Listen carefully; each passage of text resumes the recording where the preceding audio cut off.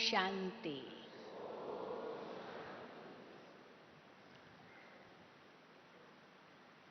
शिव बाबा ने आकर हम बच्चों को अपनी पहचान दी है, अपनी रचना की भी पहचान दी है, पर साथ साथ बाबा ने हमको और भी किसी बात की पहचान दी है, और वो है माया की पहचान। हम ये कहते हैं कि परमात्मा रचयिता और रचना की पहचान खुद ही देते हैं।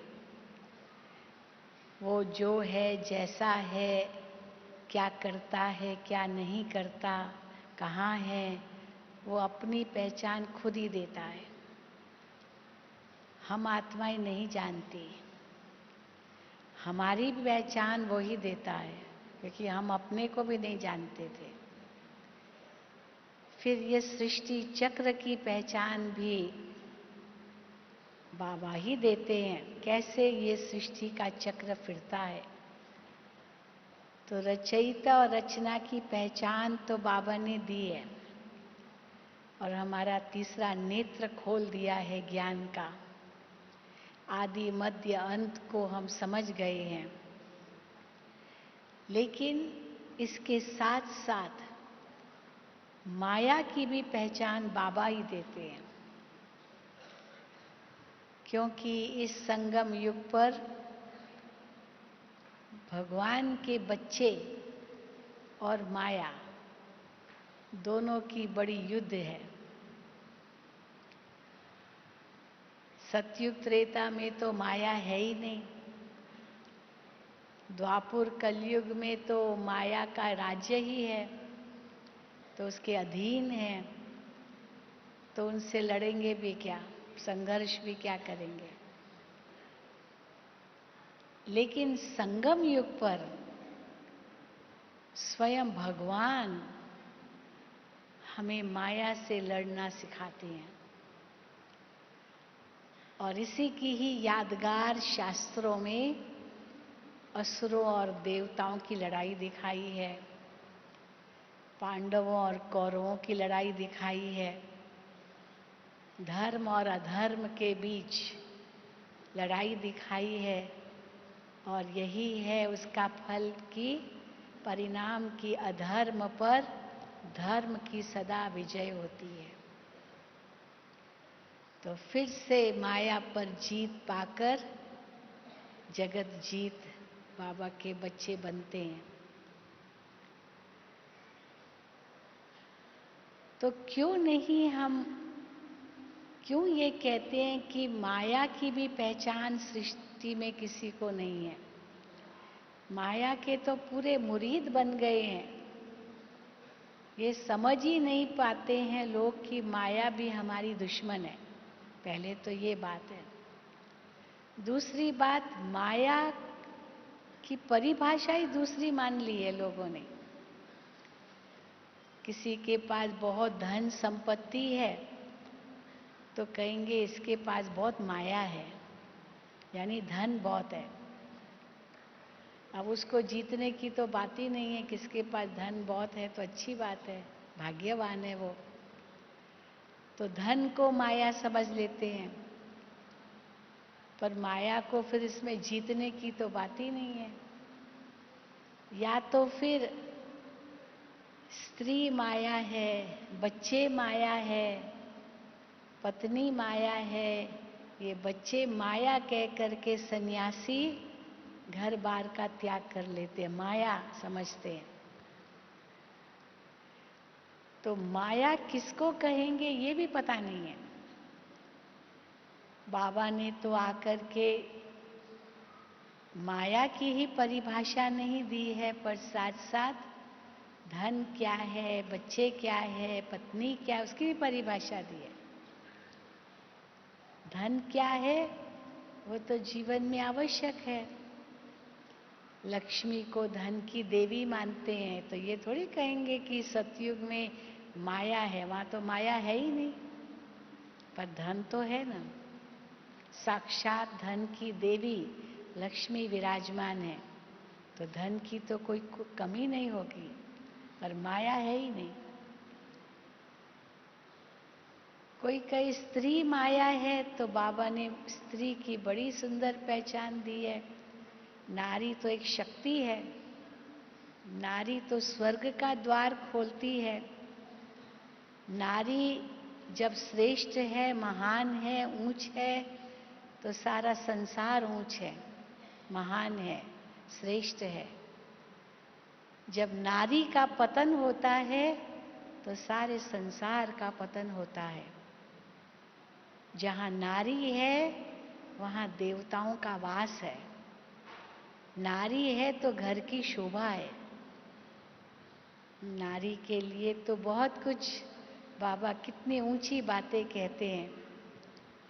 बाबा ने उस दिन भी मुरली में कहा कि भाई लोग अपनी अपनी कमेटी बनाते हैं, लेकिन कमेटी बनाते हैं तो ईगो आ जाता, अभिमान, मैं बड़ा हूं, तो आपस में लड़ते रहते हैं। पर बीच में बहन होनी चाहिए, तो बहन जो होगी वो उनको शांत करेगी। भाई गाइड बन के बहनों का गाइड न बने, पर गार्ड बन के बहनों की रक्षा करे। गाइड तो एक बाबा ही है, और बहनों को आगे रखेंगे तो भाई भी सुरक्षित रहेंगे। अर्जुन क्यों सुरक्षित रहा? इतने सारे तीर चल रहे थे और भीष्म पितामह उनके सामने था, लेकिन अर्जुन को कोई बाण नहीं मार सका भीष्म पितामह, क्योंकि बीच में शिखंडी आ गई तो उसको बाण नहीं चला सका। और अंत में तो नारी के आगे ये बड़े बड़े जो संत महात्माएं सन्यासी सब झुकेंगे। बाबा ने बहनों को आगे किया है, और नारी का उत्थान है तो विश्व का उत्थान है, उससे स्वर्ग का द्वार खुलता है। तो देखिए नारी की क्या ऊंची परिभाषा भगवान आकर देते हैं, और इंसान ने नारी को कितना गिरा दिया। बच्चे तो बेचारे पवित्र फूल हैं, उनका क्या दोष? उनको कोई माया कहे, वास्तव में ये भी गलत है। वो तो कितने इनोसेंट है, उनको माया क्या है पता ही नहीं है। तो माया क्या है, बाबा ने उसकी परिभाषा दी है कि धन माया नहीं है, लेकिन धन के प्रति आसक्ति, लोभ, इच्छा, ये माया है। जितना मिलता जाता है उतनी इच्छा और बढ़ती जाती है, कभी प्यास बुझती नहीं है धन से। तो जहां इच्छाएं बनी हैं, बनी रही है, वहां तो माया है। बच्चे माया नहीं है, लेकिन बच्चों के प्रति बहुत मोह है, तो वो माया जरूर है। मोह माया है, लोभ माया है। स्त्री माया नहीं है, लेकिन स्त्री के प्रति काम वासना, ये माया है। उनके शरीर का उपभोग करना, ये माया है। उनको भी आत्मा समझो तो कोई माया नहीं है। आज भी बाबा ने कितना सुंदर कहा कि युगल रूप सामने आए, ऐसे बहादुर, महावीर, महारथी ऐसे युगल हो जो साथ में रहकर पवित्र होकर दिखाए, और सन्यासियों को भी ये चैलेंज करे कि हम साथ में रहकर पवित्र रह सकते हैं। लेकिन सन्यासी लोग मानेंगे नहीं, ये बात बिल्कुल सही है। मुझे याद है कि 1987 में हम लोगों ने मधुबन में संत सम्मेलन रखा था, और हरिद्वार के सन्यासी आए थे। उसमें हरिद्वार, बनारस के बड़े बड़े महामंडलेश्वर आए थे। तो उनके आगे कई प्रोग्राम हुए, लेकिन एक प्रोग्राम ये भी था कि जो भी बाल ब्रह्मचारी युगल हैं, उन सबको बुलाया था मधुबन ने। तो उस समय 20 पुराने पुराने बाल ब्रह्मचारी युगल, जो 25 साल, 30 साल, 40 साल से चलने वाले, मतलब पुराने बहुत, उनको बुलाया था कि आप इनको अपना अनुभव सुनाओ।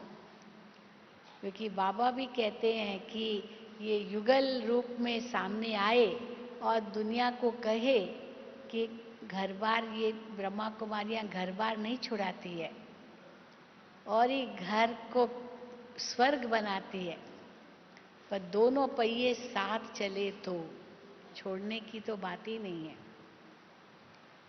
सन्यासी तो छोड़ करके चले जाते हैं, बेचारी को अपने जीते जी विधवा बना के छोड़ के चले जाते हैं। तो बाबा कहते हैं नहीं, छोड़ो भी कुछ नहीं, घर गृहस्थ में रहो लेकिन पवित्र रहो। तो क्या हुआ कि वो बाल ब्रह्मचारी जो युगल थे पुराने पुराने, उनके आगे इनका परिचय कराया, बना सन्यासियों के आगे इनका परिचय कराया कि ये कैसे घर गृहस्थ में रहते हुए इतने सालों से पवित्र हैं। तो सचमुच वो मानने कोई तैयार नहीं थे, मानने कोई तैयार नहीं थे। हम नहीं मानते, शास्त्रों में ये कहीं लिखा ही नहीं है, अब शास्त्रों को ही मानेंगे।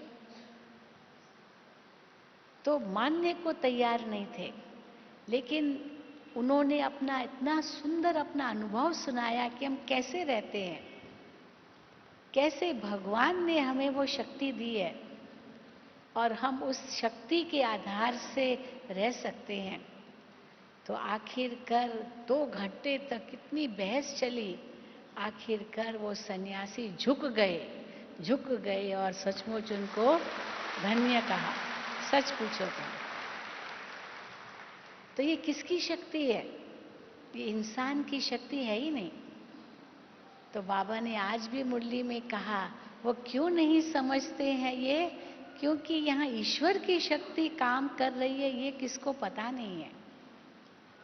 भगवान को हमने बुलाया, हे पतित पावन आओ, आज की मुरली थी, हे पतित पावन आओ। महात्मा गांधी ने इतना कहा, पतित पावन सीताराम, पतित पावन सीताराम।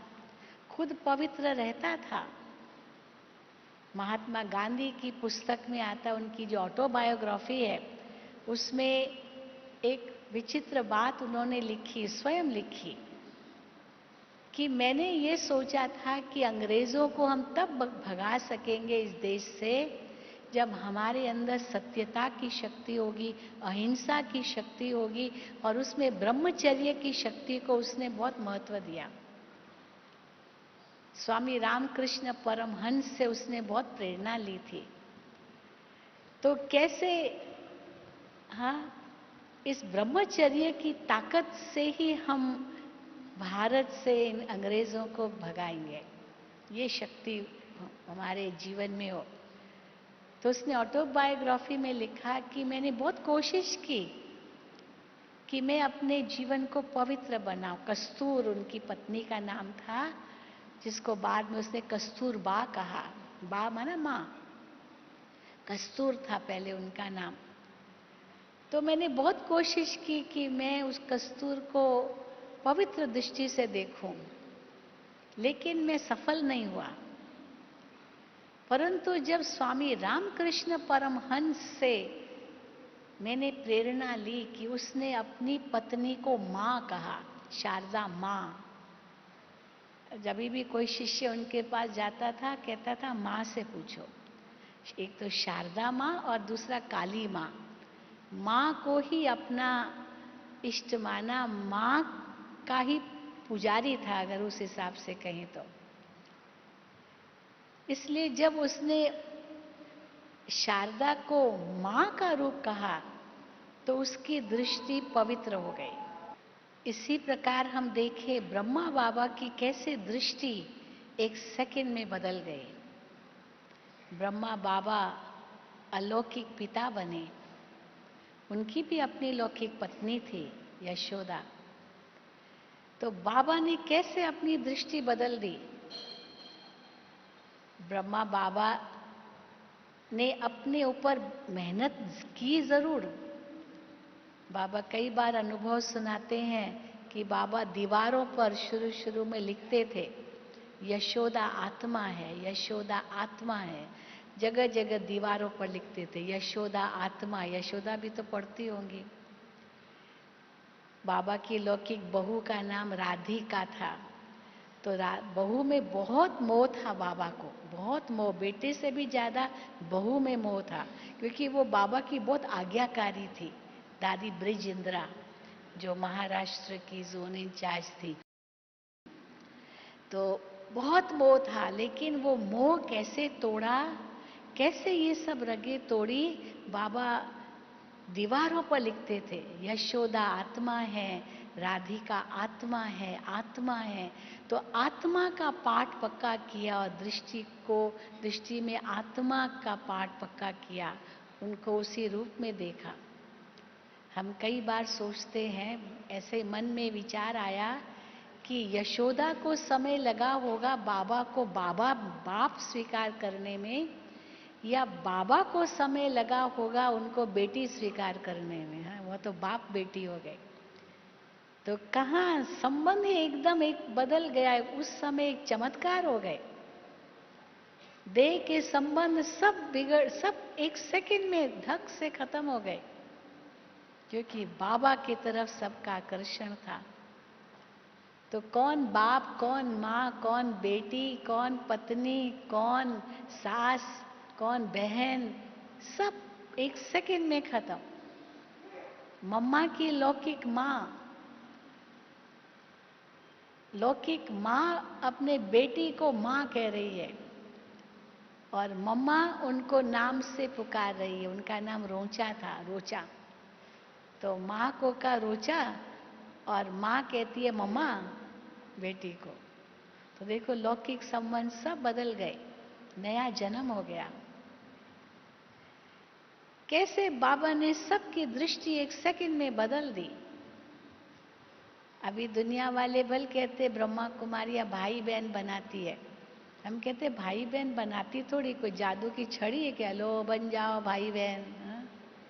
अभी मैं उड़ीसा गई थी, भुवनेश्वर गई थी। तो भुवनेश्वर में एक प्रोग्राम था, उसमें मिनिस्टर आया था। तो उसकी जो पत्नी है वो ज्ञान में चलती है 4-5 साल से, और पति को बहुत बुलाती रहती थी, कहती थी चलो चलो चलो। तो आखिर प्रोग्राम में आया।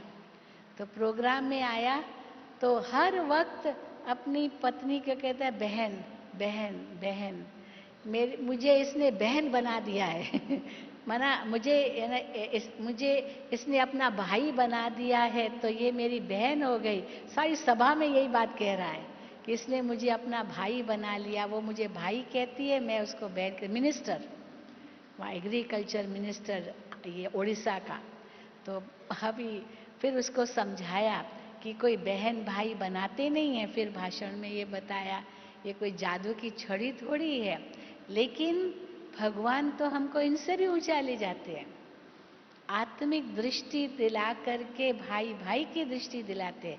आजकल तो बहन और भाई की भी दृष्टि गंदी हो सकती है, नहीं होती है, बहुतों की होती है।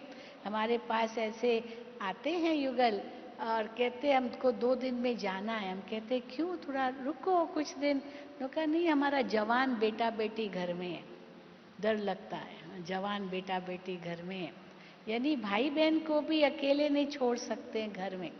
भाई बहन दृष्टि कभी भी किसकी भी बुरी जा सकती है, क्योंकि ज्ञान तो है नहीं ना। तो बाबा ने कैसे इस माया की हमें परख दी है। माया क्या है, इन विकारों को ही माया कहेंगे। अभी इनका इतना बोल बाला है, इतना उनका ही राज्य है, रावण का ही राज्य है। इस रावण के राज्य में सब कुछ विकारों के वश ही चल रहा है। और जब बाबा ने आज कहा कि इनको तो आग लगनी है, आग लगनी है, तो जिनको ये तो कोई काम का नहीं है, और दुनिया वाले इसको कितना काम का समझते हैं। जो चीज़ कोई काम की नहीं होती है उसको तो आग लगाते हैं ना, कि नहीं लगाते हैं।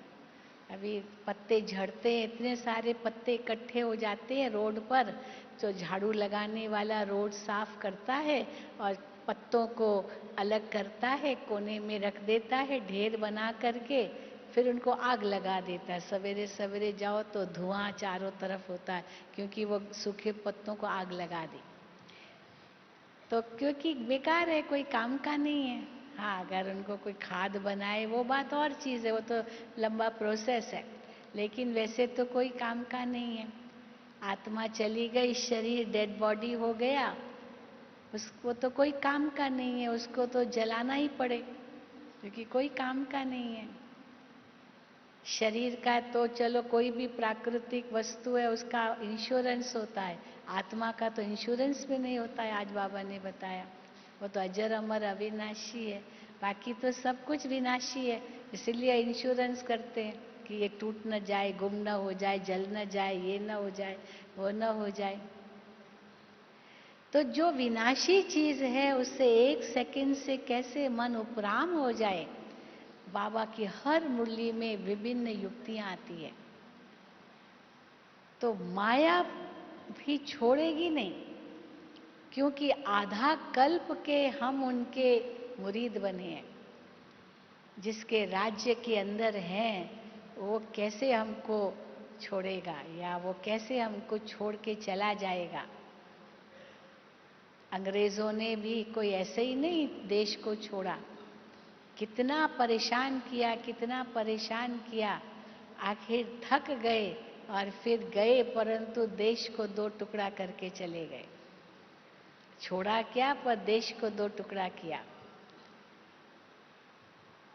परंतु यहाँ तो भगवान हमारा साथी है, वो सर्वशक्तिवान बाप हमारा साथी है, वो हमारे अंदर शक्ति भर रहा है। और हर मुरली में बाबा हमें बताते कैसे माया को जीतो, क्योंकि माया किस रूप में आएगी वो पता भी नहीं चलता है। जैसे ये आतंकवादी किस रूप में आएंगे, ये माओइस्ट किस रूप में आएंगे, कैसे आक्रमण करेंगे, कहाँ से अटैक करेंगे, ये पता भी नहीं चलेगा, क्योंकि हर बार वही रूप लेकर के नहीं अटैक करते, अलग अलग रूप, अलग अलग। पहले वो बॉम्ब्स या आतंकवादी रखते थे ना, तो किसी थैली में रख दिया, किसी सूटकेस में रख दिया, अभी वो कहते किसी टिफिन बॉक्स में रख दिया, किसी क्या रख दिया, कोई सोच भी नहीं सके कि टिफिन बॉक्स में कोई बॉम्ब होगा, भाई खाने पीने का सामान होगा। तो अलग अलग रूप, और अभी सब तरीके नहीं कर पाते हैं तो ह्यूमन बॉम्ब ही बन जाते, खुद ही बॉम्ब का रूप बन जाते हैं। अब उसको कौन परखे कि ये इंसान खुद ही ह्यूमन बॉम्ब बन जाएगा आतंक करने के लिए। अपने जान की भी परवाह नहीं, नहीं तो जान की परवाह तो सबको होती है। एक चींटी को भी अपनी जान की परवाह है, एक चींटी को भी आप पकड़ने जाओ तो भाग जाएगी, हाँ, वो भी हाथ में नहीं आएगी, मच्छर भी हाथ में नहीं आएगा, अपनी जान की परवाह है ना। और यहाँ देखो इंसान अपनी जान की परवाह नहीं। चलो जिसको खत्म करना है उसको तो क्या, उसके बाद कारण कितने बेकसूर लोगों की हत्या हो जाती है। तो ये सब पाप का घड़ा भर रहा है। माया का अंतिम फॉर्म कैसे दिखाए, अभी ब्रिजमोहन भाई ने आपको बताया अंतिम आहुति।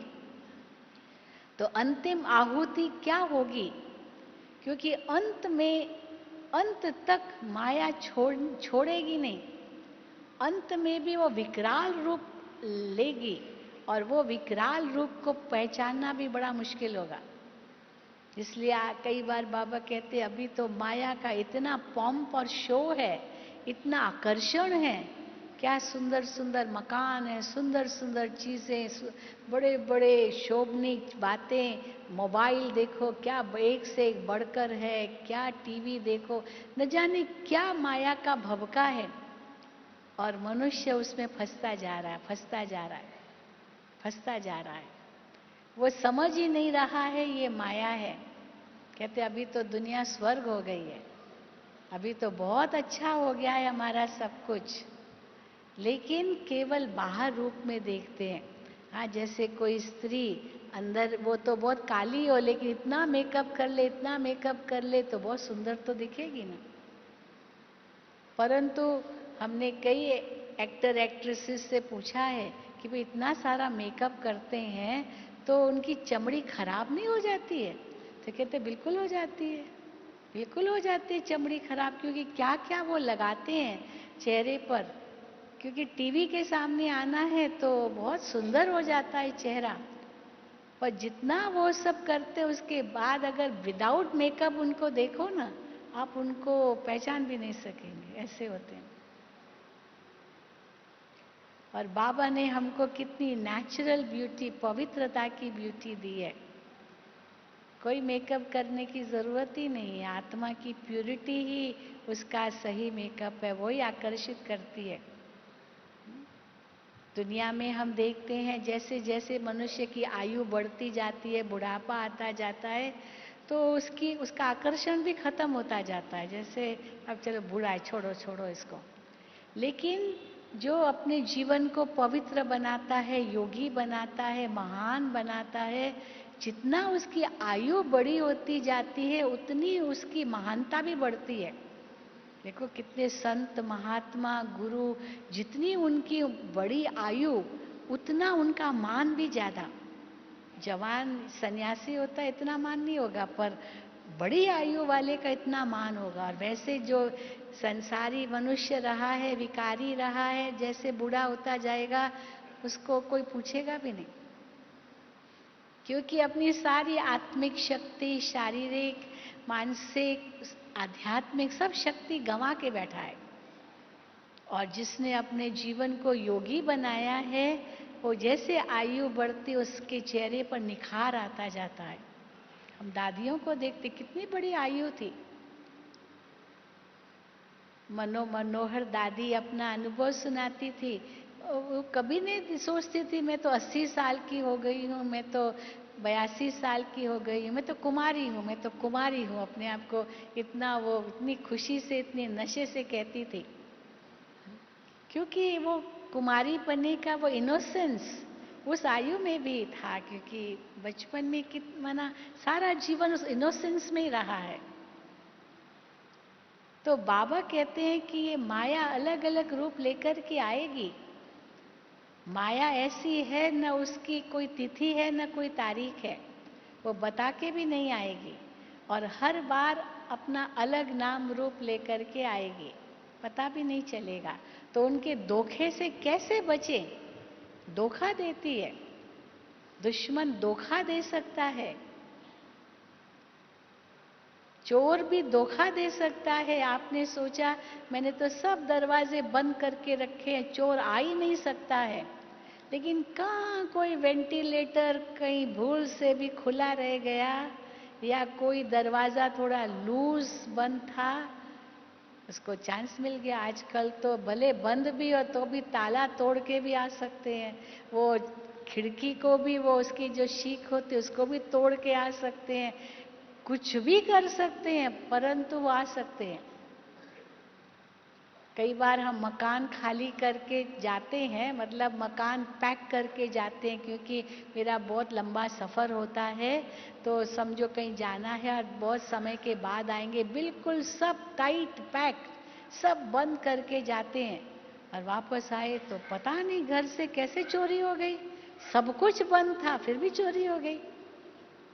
या चलो और कोई चोर ना भी आए, सब कुछ पैक था, कोई चोर को बहाना ही नहीं मिला, तरीका ही नहीं मिला आने का, लेकिन कीड़े मकोड़े, जीव जंतु, चूहे और सब मच्छर, ये गंदगी वो कहाँ से आ गई? सब कुछ पैक था, कहाँ से आ गई?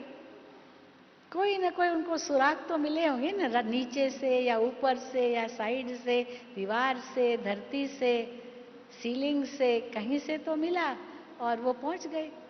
तो माया भी ये तरीके अपनाती है। काम, क्रोध, लोभ, मोह, अहंकार, ये तो बहुत मोटा रूप है, बहुत मोटा रूप है। वो तो पता चलता है, पता चलेगा कि ये मेरे अंदर विकार है और मुझे ये नहीं होना चाहिए। गुस्सा, अज्ञानी इंसान भी समझता है कि गुस्सा बुरी चीज है, फिर भले अपनी बेबसी व्यक्त करेंगे कि गुस्से को जीतना बड़ा मुश्किल है। तो ये लोभ है मेरे अंदर, क्या करे, गुलाब जामुन देखता हूं ना तो मेरा मुंह पानी हो जाता है। हाँ? मैं टेम्पटेशन को रोक नहीं सकता हूं। अपने बेबसी व्यक्त करते हैं क्योंकि उसके वशीभूत हैं। दादा दादी अपने पोते पोती दोते दोती को देखे तो बस सारी सुध बुध भूल जाए। बेटे से प्यार नहीं होगा, लेकिन वो बेटे के बेटे से बहुत प्यार होगा, पोते से बहुत प्यार होगा, क्योंकि वो तो ब्याज में मिल गया है ना। इंटरेस्ट ज्यादा प्यारा होता है।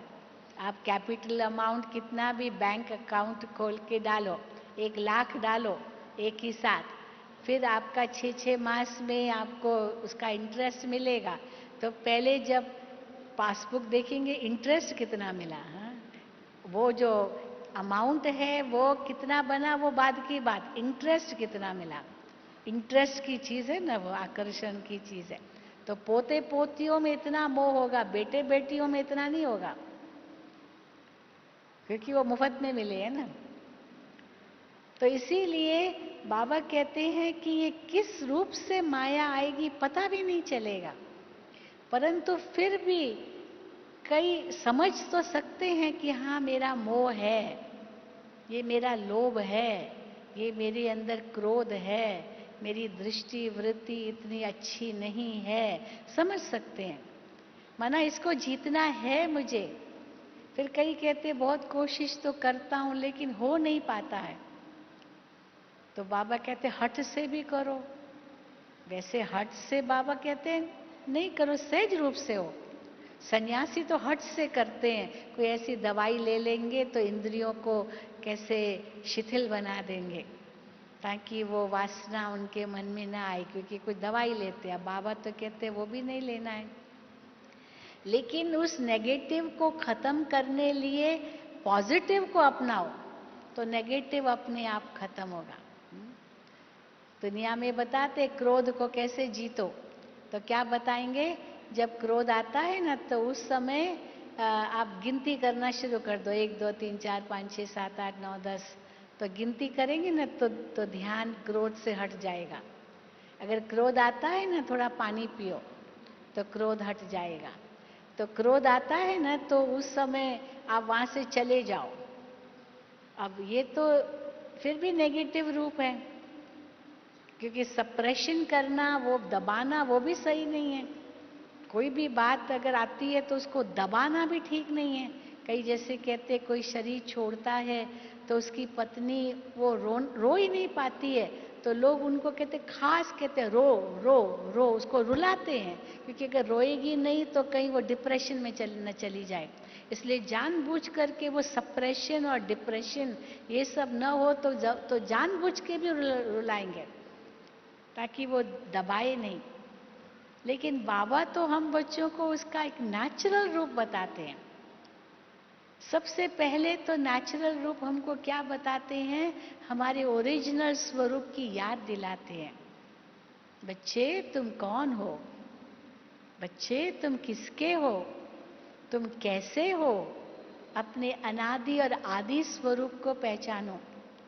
तो ये जो बाबा 5 स्वरूपों की बात कहते हैं, इसमें वही याद दिलाते हैं। ये 5 स्वरूप हमारा आदि स्वरूप, अनादि स्वरूप, आदि स्वरूप, मध्य स्वरूप, चाहे वर्तमान स्वरूप, चाहे भविष्य का स्वरूप, ये सब हमारा कितना श्रेष्ठ है, वो याद करो।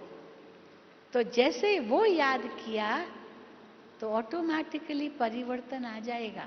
मेरा अनादि स्वरूप कितना पवित्र है, आदि स्वरूप कितना पवित्र है, मध्य स्वरूप जो पूज्य स्वरूप है, जिसके कारण ही भक्त हमारी पूजा कर रहे हैं, वो कितना पूज्य स्वरूप है। ब्राह्मण कितने पूज्य स्वरूप है। हर शुभ कार्य में ब्राह्मण की जरूरत होती है, हर शुभ कार्य में। बिना ब्राह्मण के कोई कार्य होता ही नहीं है। आहुति भी डालेंगे तो वो ब्राह्मण ही डलवाता है। फरिश्ता कितना पवित्र स्वरूप है। ये पांचों ही स्वरूप कितने पवित्र हैं। उस स्वरूप को याद करो, ये आपका ही स्वरूप है, तो ऑटोमेटिकली वो प्यूरिटी आएगी। बाबा कई बार कहते हैं कि पुराने संस्कार आते हैं, कहते क्या करे, ये मेरा पुराना संस्कार है ना। पर पुराना ये नहीं है, ये तो द्वापर युग का संस्कार है। तुम्हारा सबसे पुराना संस्कार तो दैवी संस्कार है। सबसे पुराना संस्कार तो अनादि संस्कार है। जो आत्मा के मूलभूत गुण, वो सबसे पुराना संस्कार है। ये जो संस्कार है, ये तो द्वापर कलयुग में आए, सतयुग त्रेता में भी नहीं थे। तो इसलिए बाबा वो याद दिला करके वो अंतर के संस्कार जगाओ, ये बाबा हमें सिखाते हैं। अगर गुस्सा आए, याद करो मैं शांत स्वरूप आत्मा हूं, मैं शांत स्वरूप हूं। भले 10 बार कहो ये। ऐसे नहीं खाली पानी पीना है या नंबर गिनती करना है या उल्टी गिनती करना है। ये इसलिए है कि भाई ध्यान हट जाए उससे, पर ध्यान हटेगा उस समय फिर आ जाएगा। शक्ति तो नहीं आएगी ना। शक्ति तो तब आए जब वो शक्ति का चिंतन करो। शांति तब आए जब शांति का चिंतन करो। केवल मुझे गुस्सा नहीं करना है, मुझे गुस्सा नहीं करना है, मुझे गुस्सा नहीं करना है, इससे गुस्सा नहीं जाएगा। एक मिसाल देते हैं ना, एक कहानी है, चुटकुले के रूप में ही है कि एक व्यक्ति किसी साधु के पास गया और कहा कि गुरुजी, महात्मा जी, मुझे है ना, मेरा मन बहुत चंचल है, बहुत चंचल है। कुछ ऐसी युक्ति बताओ जो मेरा मन जो चंचल है ना वो बंद हो जाए। तो गुरु ने, वो साधु ने उनको कहा कि अच्छा ठीक है, जब भी तुम्हारा मन ऐसे बहुत यानी ये मैं आपको मंत्र देता हूँ, और जब भी कुछ हो ये मंत्र रटना, मंत्र बोलना। परंतु एक बात का ध्यान रखना कि ये मंत्र बोलते समय बंदर याद नहीं आना चाहिए, क्योंकि बंदर याद आ गया तो ये मंत्र काम नहीं करेगा। अभी क्या हुआ हा? उसको कहा ये बंदर याद नहीं करना, तो बंदर ही याद आए। जब जब मंत्र बोले तब तब बंदर ही याद, नहीं तो बंदर को कौन याद करेगा। क्या पड़ी है बंदर को याद करने की, क्या संबंध है मेरा बंदर के साथ। लेकिन क्योंकि उसको कहा कि ये बंदर याद ना आए, तभी आपका मन शांत होगा इस मंत्र से, तो वो तो बंदर ही याद रहता रहा। तो बाबा भी कहते हैं कि मुझे क्रोध नहीं करना है, क्रोध नहीं करना, ये कहने से क्रोध शांत नहीं होगा, उसका कॉम्पेंसेशन चाहिए। एक किसी छोटे बच्चे के पास एक गंदी चीज है, वो गंदी चीज उससे लेनी है, ब्लेड है, चाकू है ना, कुछ ऐसी खतरनाक चीज है, खराब चीज है, लगेगी उसको, उसको नुकसान पहुंचेगा, अब वो उसे लेनी है। तो कैसे लेंगे माँ, ऐसे छीनेगी तो वो तो देगा नहीं, और ही अपना हाथ भी काट देगा। तो इसलिए छीनना भी गलत है, क्योंकि देगा ही नहीं। जबरदस्ती तो किसी को कुछ कर ही नहीं सकते। तो समझदार माँ क्या करेगी, उसकी जगह उसको कॉम्पेंसेट करेगी। बेटा देखो, ये मेरे पास जो चीज़ है ना, ये इनसे बहुत अच्छी है, और ये जो तुम्हारे पास है ना, ये अच्छी नहीं है। ये देखो नुकसान करेगी, हाथ काटेगी, ये करेगी। ये देखो कितना बढ़िया है, इतना अच्छा है, इसमें देखो आवाज़ भी है, देखो इसको ऐसे है। वो आकर्षित करेगी अपनी चीज़ दिखा करके, और ये ना, ये छोड़ दो, ये चीज़ लो।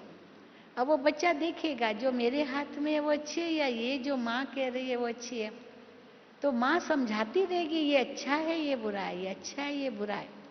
अब वो बच्चा अपनी बुद्धि चलाएगा और फिर आखिर फाइनल करेगा, हाँ ये माँ कहती है अच्छा है, अच्छा है, तो चलो बुरा छोड़ेगा, अच्छा लेगा। पर ऐसे ही माँ छीनेगी तो नहीं लेगा, नहीं देगा। तो बाबा भी देखो कितनी सुंदर युक्ति रचते हैं, कैसे इन विकारों को जीतो। विकारों को त्यागने के लिए कुछ एक अंधश्रद्धा की बात नहीं है, पर बहुत समझ की बात है। मुझे याद है, मैं किसी ने मुझे एक किताब दी थी, तो कहा बहन जी आप ये किताब पढ़ना, उसमें वो सन्यासियों को वैराग्य लाने के लिए वो किताब थी। सन्यासियों को, माना जो सन्यास लेना चाहते हैं, तो कैसे उनको वैराग्य आए संसार से। तो उसमें एक उन्होंने मिसाल दिया था कि एक स्त्री है, अभी स्त्री नरक का द्वार है, स्त्री सर्पणी है, स्त्री ये है, वो तो सब वर्णन किया ही। परंतु ये सोचेंगे तो स्त्री से वैराग्य आएगा। लेकिन साथ में क्या जोड़ दिया उन्होंने वैराग्य लाने के लिए कि एक स्त्री, एक सुंदर औरत, और फिर उस सुंदर औरत के पास उसी औरत का, उसी स्त्री का एक हड्डियों का ढांचा, हड्डियों का ढांचा। और फिर कहा कि आप अगर किसी स्त्री से इतना प्यार करते हो या वासना जो कुछ कहो, पर आप किससे कर रहे हो? हड्डियों के ढांचे से कर रहे हो। ये हड्डियों का ढांचा है, ये तुमको नरक में ले जाएगा। इसीलिए इनसे बचो, इनसे बचो, स्त्री से बचो, स्त्री से बचो। तो उस समय मैं पढ़ रही थी, मैंने कहा केवल स्त्री का ही हड्डियों का ढांचा है, पुरुष का नहीं है क्या? पुरुष का भी तो है ना। तो हड्डियों का ढांचा, हड्डियों के ढांचे के से ही आकर्षित हो रहा है। पर बाबा तो कहते हड्डियों का ढांचा क्यों अपने को समझो, आप तो एक अजर अमर अविनाशी आत्मा हो, और उसको भी अजर अमर अविनाशी आत्मा देखो। आप हड्डियों का ढांचा क्यों देखो? वो भी महान है, आप भी महान हो, वो भी महान है। आप उसको उस महानता की नजर से देखो, खुद को भी कोई कम नहीं देखो, आप भी वो महान हो। तो वो महानता की दृष्टि से देखेंगे तो हमारी दृष्टि कितनी ऊंची हो जाएगी। और आज बाबा ने एक वाक्य में बहुत सुंदर बात बताई, जिससे सहज ही माया के धोखे से बच सकते हैं। क्या बताया बाबा ने? क्या शब्द दिया, याद है?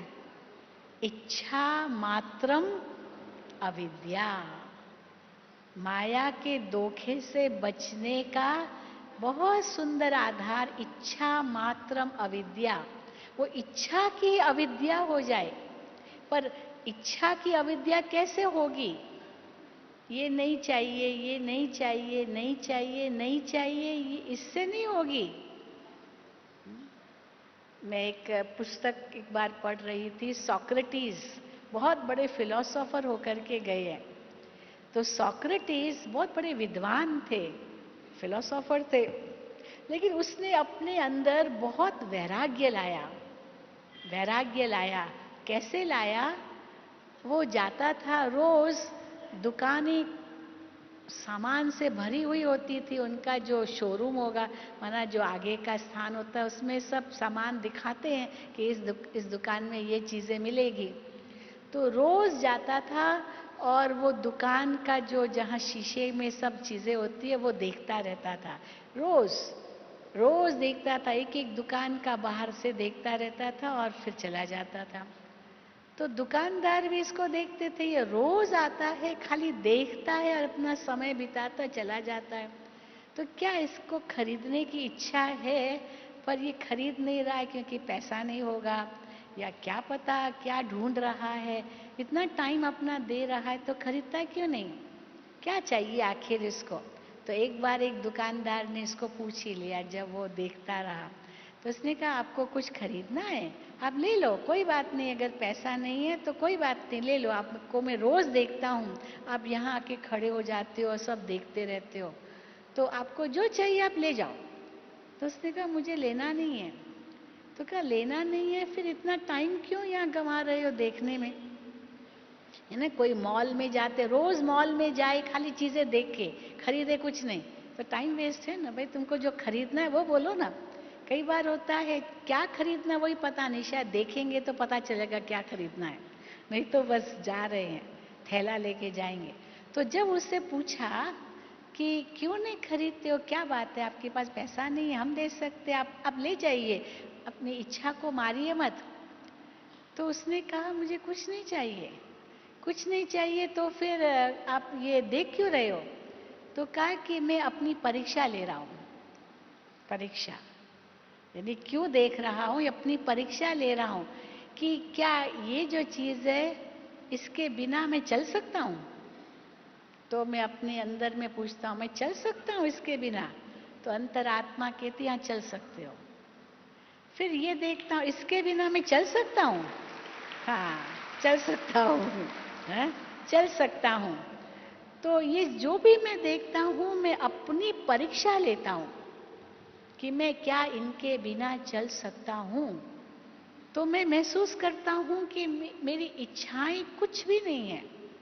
लेकिन कैसे पता चले कि मेरी इच्छा नहीं है? वो चीज देखूं और मेरी आसक्ति न जाए, तब कहूं ना कि इच्छा नहीं है। क्योंकि देखूं और इच्छा हो जाए तो, वरना न देखूं और इच्छा तो होगी, पर देखूं और फिर भी इच्छा न हो, जिसको बाबा कहते हैं देखते हुए भी नहीं देखो। आंखें नहीं बंद करनी है, देखते हुए नहीं देखो, सुनते हुए नहीं सुनो। इसको कहेंगे इच्छा मात्रम अविद्या। ये एक रूप है। और दूसरा रूप भी है इच्छा मात्रम अविद्या का, वो है कि आत्मा इतनी अंदर से भरपूर है जो उनकी कहीं भी आंख नहीं डूबती है, कहीं भी आंख नहीं डूबती, इतनी भरपूर है। हाँ, जैसे किसी का पेट खाली हो और भूख लगी हो और उनके आगे व्यंजन रखे हो, लेकिन आज उसका उपवास है मान लो। अब अंदर में तो पेट में चूहे दौड़ रहे हैं और इतने व्यंजन सब खा रहे हैं, मुख में पानी भी आ रहा है। क्या करूं मैं, मेरा आज उपवास है ये तो अपना मन को मारना है।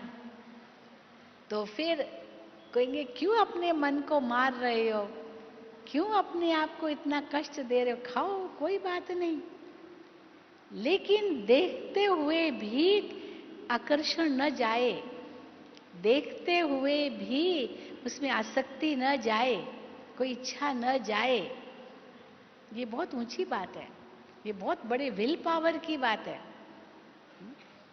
अभी वो बता रहे थे ना, हमारे प्रधानमंत्री अमेरिका गए, 7 दिन तक, 8-9 दिन वो नवरात्रि के व्रत रखता है। वो केवल पानी पर जीता है, केवल पानी। और अमेरिका गया था। आप सोचो, अमेरिका गया, अमेरिका में राष्ट्रपति ने भोज रखा, ये रखा, वो रखा, वो सब खा रहे और ये नहीं खा रहा है, उसकी तो आंख में नहीं डूबी। तो क्या प्रशंसा उनकी हुई कि इनके पास जो विल पावर है वो हम लोगों में भी नहीं है ना। एक कहने की बात है, क्योंकि उसकी आंख गई नहीं। और काम कितना किया, क्या नहीं किया, लेकिन केवल पानी पर रहा। वहां का एक दाना भी खा के नहीं आया हा? कोई ऋण वो लेकर आया जो उसका नमक वो हलाल बनना पड़े या उनके आगे झुकना पड़े, कोई जरूरत नहीं है। नहीं तो भाई उनका नमक खाया है तो उनके आगे झुकना पड़ेगा, कुछ भी नहीं। यानी कहने का भाव ये है कि आंख भी न जाए, कानों से भी क्या, सुनने की भी बात नहीं है। जो मेरे काम की चीज ही नहीं है वहां कान जाए क्यों, आंख जाए क्यों जहां मुझे कुछ लेना नहीं है। और आंख में तो बाबा कहते हैं एक आंख में रखो मुक्ति, दूसरे आंख में रखो जीवन मुक्ति। बस ये 2 बातें अगर हमारी आंखों में होंगी तो और आंखों में कुछ दिखाई नहीं देगा। कई बार मम्मा का ऐसा मिसाल देते हैं हमारे रमेश भाई, निर्वैर भाई, ये मिसाल देते हैं मम्मा का कि एक बार मम्मा बॉम्बे में आई थी। तो बॉम्बे तो चकाचौंध, खूब लाइटें वाइटें बहुत कुछ थी। तो बहुत सुंदर एक कोई साइन बोर्ड था, कुछ था। तो गाड़ी में जा रहे थे तो रमेश भाई ने मम्मा को कहा, मम्मा वो आपने देखा, ऐसे हम अपना भी साइन बोर्ड ऐसे बना सकते हैं, ऐसा हम अपना बना सकते हैं। वो तो अच्छे भाव से कहा, क्योंकि पता चले ताकि हम भी वो कॉपी कर सके, हम लोग कुछ उस रूप से बना सके। लेकिन मम्मा बिल्कुल न्यारी रहती थी, इतनी न्यारी रहती थी। तो जब मम्मा को कहा, मम्मा वो आपने देखा वो साइन बोर्ड, ये कितना अच्छा था, हम अपना साइन बोर्ड ऐसे बनाए। मम्मा ने कहा, क्या क्या आप क्या कह रहे हो? मम्मा वो जो इतना बड़ा था वो आपने देखा नहीं? मम्मा ने कहा, मैंने तो देखा ही नहीं, मैं तो देखा ही नहीं। क्योंकि मम्मा तो अपनी मस्ती में रहती थी, हर वक्त देखो अपनी मस्ती में रहती थी, यहाँ वहाँ इधर उधर उधर, कभी नहीं मम्मा की आंखें गई। कोई बोल भी रहा है ना, मम्मा का ध्यान कभी नहीं जाता था जब तक वो मम्मा के पास आकर के मम्मा को कुछ न सुनाए। बाकी मम्मा को क्या पड़ी है, मम्मा तो अपने चिंतन में मस्त रहती थी। तो जब बाबा कहते हैं देखते हुए भी नहीं देखो, सुनते हुए भी नहीं सुनो, क्योंकि नहीं देखो नहीं सुनो ऐसे नहीं कहा, hear no evil, see no evil, talk no evil, ये तो है, पर उसके लिए बाबा कहते हैं थिंक नो इविल भी तो है, क्योंकि अगर मन में है तो सब जगह ध्यान जाएगा। तो कैसे इच्छा मात्रम अविद्या, ये इतनी ऊंची शिक्षा है जो अभी संगम पर अगर हम धारण करते हैं तो हम तो समझते हैं प्रकृति अपने आप दासी बन जाती है। सच पूछो तो, सच पूछो, कई लोग, हम कई बार सुनाते हैं कि लोग हम लोगों को कहते हैं कि आप लोगों का त्याग बड़ा जबरदस्त है, आप लोग पिक्चर नहीं देखते हो, आप लोग गहने नहीं पहनते हो, आप लोग कहीं किसी का खाते नहीं हो, आप मतलब ये हमारे से नहीं होगा, ये आप लोगों का त्याग बहुत जबरदस्त है, हम नहीं कर सकते हैं। तो हम कहते त्याग क्या है, हम भी तो बहुत बढ़िया खाते हैं, कोई मना थोड़ी करते हैं बाबा। ऐसे थोड़ी हम कोई फटे पुराने कपड़े पहनते, बहुत अच्छे सफ़ेद कपड़े पहनते, कितने स्वच्छ, आप तो पता नहीं 2-3 दिन का वही पहना होगा, हम लोग तो रोज़ स्वच्छ पहनते हैं। हाँ, फिर आप लोग गहने नहीं पहनते, हम पहनते, क्या ज़रूरत है हमको कोई आकर्षित हो जाए या डर ही बना रहे कि पता नहीं कोई हमारा ले न जाए। हाँ, एक का मिसाल देते हैं कि एक औरत थी, उसको हीरे की अंगूठी थी, हीरे की, सबको दिखाए देखो मेरी हीरे की अंगूठी, मेरी हीरे की अंगूठी, मेरी हीरे की अंगूठी। वो एक दिन ऐसे जा रही थी, कोई आया उसकी अंगुली काट ली और हीरे की अंगूठी लेके भाग गया, अंगुली काट दी। वो तो हैरान हो गई, ये क्या हुआ, ये क्या हुआ, हीरे की अंगूठी कोई ले गया। बहुत धन रखते और ऐसे छिपाते लोग, तो आज पता नहीं क्या एक्सरे मशीनें उनके पास होती है, या कैसे परखते, फटाफट काटा और ले गया, पता भी नहीं चला, चेन खींच लिया, पता भी नहीं चला, पता ही नहीं चलता है। इतना आजकल लोग होशियार हो गए, तो अंदर डर ही डर बैठा रहता है, क्या जरूरत है, कोई जरूरत नहीं है। तो कहते आपका त्याग बहुत, हम कहते त्याग नहीं है, हम तो और ही मस्त है। हमारी दादी जानकी कहती है हमारे पास कोई पर्स भी नहीं है, मोबाइल तो मेरे पास है ही नहीं, कुछ नहीं है मेरे पास, मैं तो हाथ खाली जेब खाली और मैं दुनिया का राजा। ये ऐसे कहती है। यानी इस कलयुगी दुनिया की इच्छाएं जो हमें माया के वश कर सकती है, बाबा कहते हैं इनसे न्यारे रहो। हाँ, आवश्यकता अनुसार क्यों नहीं है, वो तो जरूरी है, बाबा मना नहीं करते हैं, क्योंकि फिर अंदर में त्याग है ना, तो अपने आप भाग्य बनता है। कई लोग फिर हम लोगों को बड़ा पॉजिटिव रूप में देखकर कहते हैं आप लोग कितने लकी हो, हम लोगों को कहते कितने भाग्यशाली हो, कितने ऊंचे स्थान पर रहते हो, कितनी ऊंची आपकी सेवा है, कितने आप खुश रहते हो, कितने मुस्कुराते रहते हो, सचमुच आप लोग बहुत भाग्यशाली हो। तो कोई कहते आप लोगों का बड़ा त्याग है, हम नहीं कर सकते, और कोई कहते बहुत भाग्यशाली हो। तो अब ये तो दोनों कॉन्ट्रास्ट हो गया, तो क्या कहेंगे, त्याग बहुत है या भाग्य बहुत है? हैं? क्या बहुत है? भाग्य। परंतु याद रखना, बिना त्याग के भाग्य नहीं मिलेगा।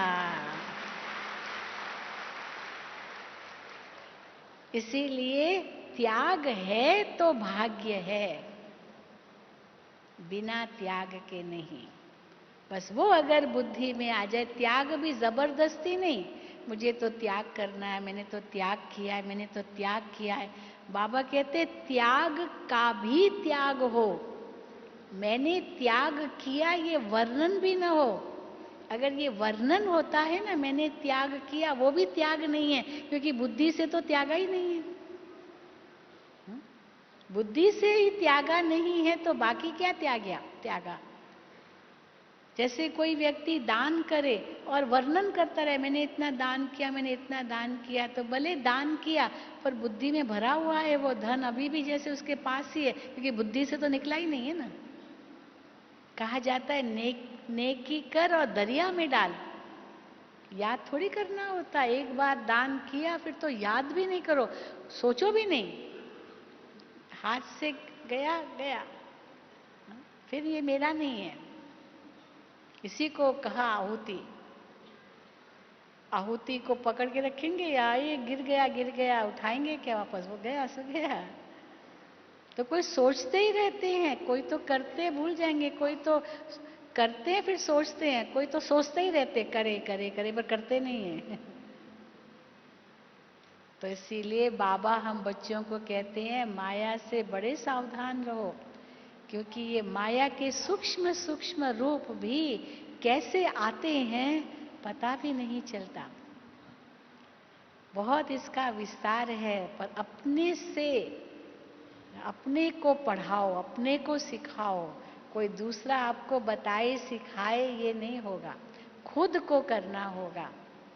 बाबा तो कितना मुरलियों में कहते, क्या नहीं कहते हैं। एक एक मुरली कितनी शिक्षा सावधानी से भरी पड़ी है, आज्ञाओं से भरी पड़ी है। कितना हम उसका पालन करते हैं वो हम अपने आप से पूछें।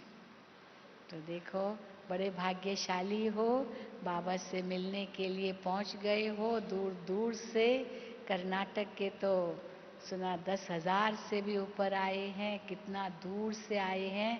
तो जहाँ से भी आए हो बहुत बहुत मुबारक हो। नए भी बहुत आए हैं, नयों के लिए तो बाबा कहते हैं लेट आए हो, पर टू लेट अभी भी नहीं है। बाबा बहुत प्यार करते हैं फर्स्ट टाइमर्स को या पहली बार आने वालों को, क्योंकि बहुत भाग्यशाली हो। आगे चल के क्या होगा वो तो अभी कुछ भी नहीं कह सकते, इसलिए जितना लूटना चाहो लूटो। हाँ, भगवान से लूटो तो भगवान से रतन धन, ज्ञान धन, शांति धन, प्रेम धन, खुशी धन, शक्ति धन, ये सब लूटने के लिए इतने सारे बच्चे आ गए हैं ना। लूटो, बाबा को लूटो भले, पर जितना लूटेंगे उतना न बाबा का खत्म होगा न आप संतुष्ट होंगे, वो भी देखो। इसमें भले असंतुष्ट रहो कि जितना लूटना चाहो लूटो। बाबा ने भंडारे खुले रखे हैं, सब गुणों के, शक्तियों के, वरदानों के, आशीर्वाद के, और बाबा की मुरली से सब कुछ प्राप्त कर सकते हैं। चलो, ओम शांति, ओम शांति, ओम शांति।